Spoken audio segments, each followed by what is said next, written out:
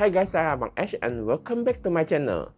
So sebelum ni kita dah pernah review phone terbaik untuk yang segmen bawah 500. Jadi hari ni kita nak review lah phone 5G paling murah pada pertengahan tahun 2026.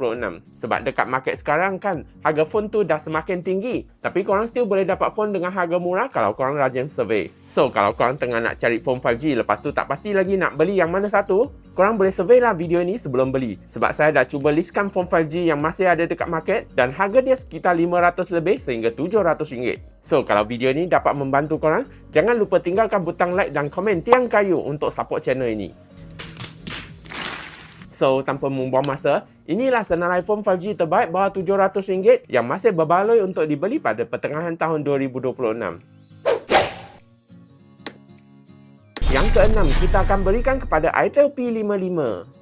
Telefon itel ni masih baru lagi dekat market Malaysia. Jadi ramailah pengguna yang masih tak tahu lagi brand ni dah masuk dekat market Malaysia. Phone ni dia ada skrin 6.6 inci yang agak besar, support refresh rate 90Hz yang agak smooth, ada bateri 5000 mAh yang agak besar dan phone ni juga ada kamera 50MP yang nampak terang. So kalau korang nak cari phone 5G bawah RM600 lepas tu nak ada RAM yang tinggi, mungkin korang pun boleh consider phone yang ni. Cuma ini adalah model yang lama dan Android version dia adalah jenis yang lama. So kalau korang nak cari phone untuk bank apps lepas tu nak dapat OS update yang lebih lama, mungkin korang kena survey phone yang seterusnya.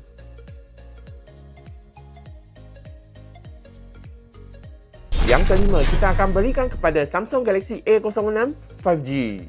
Sebelum ni, kita dah boleh dapat phone ni dengan harga bawah RM500, tapi sekarang, harga dia dah naik dekat RM600. Phone ni dia ada skrin 6.7 inci yang agak besar, ada refresh rate 90Hz yang agak smooth, ada kamera 50MP yang nampak terang, dan phone ni juga ada 4 kali OS update dan 4 tahun security update. So, kalau korang nak cari phone untuk bank apps lepas tu nak dapat OS update yang lama, mungkin korang pun boleh consider phone yang ni. Cuma phone ni dia tak ada features tahan lasat dan bateri dia masih kira kecil lagi. So kalau phone korang selalu jatuh, survival dia adalah lebih rendah sikit kalau kita compare dengan phone yang seterusnya.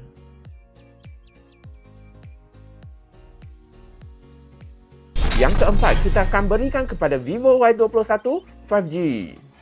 Telefon Vivo memang terkenal dekat market Malaysia sebab selalunya kamera Vivo memang nampak terang dan telefon ni juga ada design yang nampak premium. Phone ni dia ada skrin 6.74 inci yang agak besar, ada bateri 6500 mAh yang agak tahan, support fast charging 44W yang sangat laju dan phone ni juga ada military grade shock resistant. So kalau korang nak cari phone yang ada kamera yang nampak terang lepas tu nak ada features tahan lasar, mungkin korang pun boleh consider phone yang ni. Cuma yang harga bawah RM700 ni, varian dia adalah jenis yang 4GB RAM dan 128GB ROM. So kalau korang nak phone ni yang ada RAM dan memory yang lebih tinggi, korang kena add on sikit lah untuk varian yang 256GB.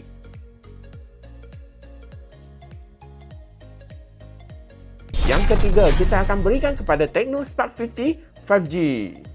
Brand Tecno memang dah jadi semakin popular dekat market Malaysia sebab mereka selalu menawarkan specs yang agak baik dan harga dia pun agak mesra bajet. Phone ni dia ada skrin 6.78 inci yang agak besar, ada bateri 6500 mAh yang agak tahan, support fast charging 45W yang sangat laju dan phone ni juga ada features tahan lasar dan tahan air. So kalau korang nak cari phone yang ada bateri yang besar lepas tu nak ada features tahan lasar, mungkin korang pun boleh consider phone yang ni. Cuma varian ni adalah jenis yang 4GB RAM dan 128GB ROM. So kalau korang rasa phone ni ada memory dan RAM yang agak kecil, korang kena survey lah phone yang seterusnya.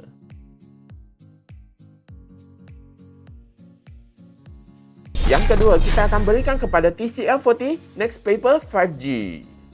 Sebenarnya brand TCL ni dia lebih popular dekat TV yang premium, tapi mereka juga ada jual telefon 5G yang sangat mesra bajet. Phone ni dia ada skrin 6.6 inci yang agak besar, ada memori 256GB dan 6GB RAM, ada bateri 5000 mAh yang agak tahan, dan phone ni juga ada kamera 50MP yang nampak terang. So kalau bajet korang sekitar RM500 lepas tu nak phone yang ada memory dan RAM yang tinggi, mungkin korang pun boleh consider phone yang ni. Cuma yang sayangnya phone ni dia tak ada feature tahan lasar yang ada dekat phone sebelum ni. So kalau phone korang selalu jatuh, survival dia adalah lebih rendah sikit kalau kita compare dengan Tecno dan Vivo.